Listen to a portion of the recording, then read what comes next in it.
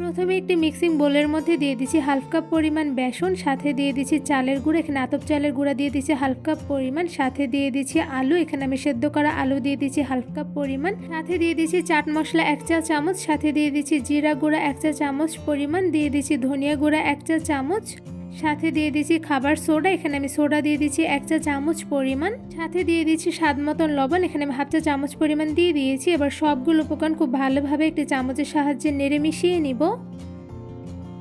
সবগুলো উপকরণ খুব ভালোভাবে নেড়ে মিশিয়ে নিয়েছি। এবারে শুকনো উপকরণের মধ্যে দিয়ে দিচ্ছি পানি, এখানে আমি অল্প পরিমাণ করে পানি দিয়ে সবগুলো উপকরণ পানির সঙ্গে নেড়ে মিশিয়ে নিব।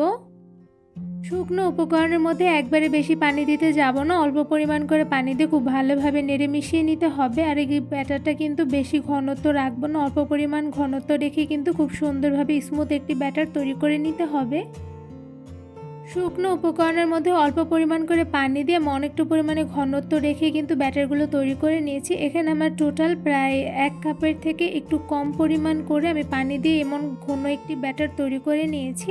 এবার এই ব্যাটারগুলোর মধ্যে দিয়ে দিচ্ছি কুচি করে কেটে রাখা পালং শাক, এখানে আমি পরিমাণ অনুযায়ী পালং শাক দিয়ে দিচ্ছি। আর এই পালং শাকের মধ্যে এবার দিয়ে দিচ্ছি পেঁয়াজ কুচি, এখানে আমি 3 টেবিল চামচ পরিমাণ পেঁয়াজ কুচি দিয়ে দিচ্ছি। এবার দিয়ে দিচ্ছি কাঁচামরিচ, এখানে আমি 1 টেবিল চামচ পরিমাণ কাঁচামরিচ কুচি দিয়ে দিয়েছি। আপনাদের স্বাদ মতন ঝালের পরিমাণটা কমিয়ে বাড়িয়ে দিতে পারেন। এবার ব্যাটারগুলোর সঙ্গে পালং শাকগুলো খুব ভালোভাবে মেখে মিশিয়ে নিব।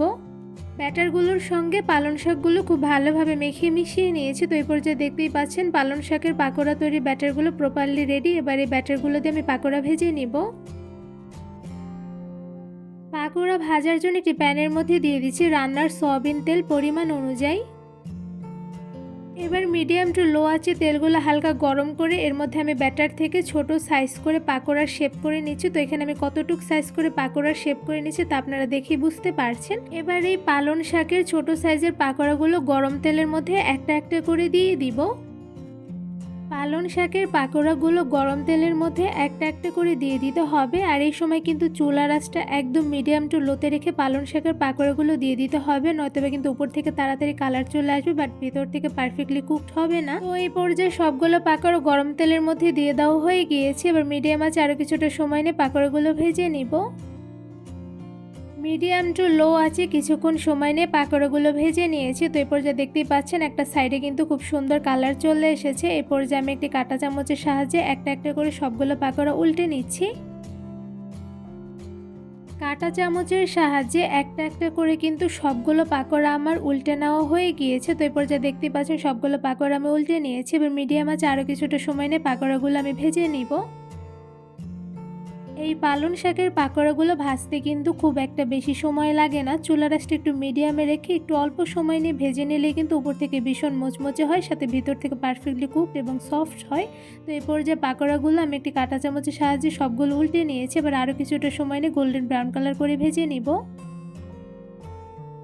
চুলার আঁচ মিডিয়াম টু লোতে রেখে অল্প কিছুক্ষণ সময় নিয়ে পালং শাকের পাকোড়াগুলো আমি গরম তেলে ভেজে নিয়েছি। তো এই পর্যায়ে দেখতেই পাচ্ছেন মাশাআল্লাহ পাকোড়ার দুই সাইডে কিন্তু খুব সুন্দর গোল্ডেন ব্রাউন কালার চলে এসেছে। এই পর্যায়ে আমি একটি কাঁটা চামচের সাহায্যে সবগুলো পাকোড়া একটা একটা করে উল্টে নিচ্ছি। সবগুলো পাকোড়া একটা একটা করে উল্টে নেওয়া হয়ে গিয়েছে। এবার একটি ছাঁকনির সাহায্যে ছেঁকে পাকোড়াগুলো তুলে নিচ্ছি। আর এদিকে দেখতেই পাচ্ছেন মাশাআল্লাহ পাকোড়াগুলো দেখতে কিন্তু খুবই লোভনীয় হয়েছে। এবার পাকোড়াগুলো একটু ছুরিতে তুলে নিব। সবগুলো পাকোড়া খুব সুন্দর কালার করে ভেজে নিয়েছি। তো এই পর্যায়ে সবগুলো পাকোড়া একটি ছাঁকনির সাহায্যে ছেঁকে তুলে নিচ্ছি।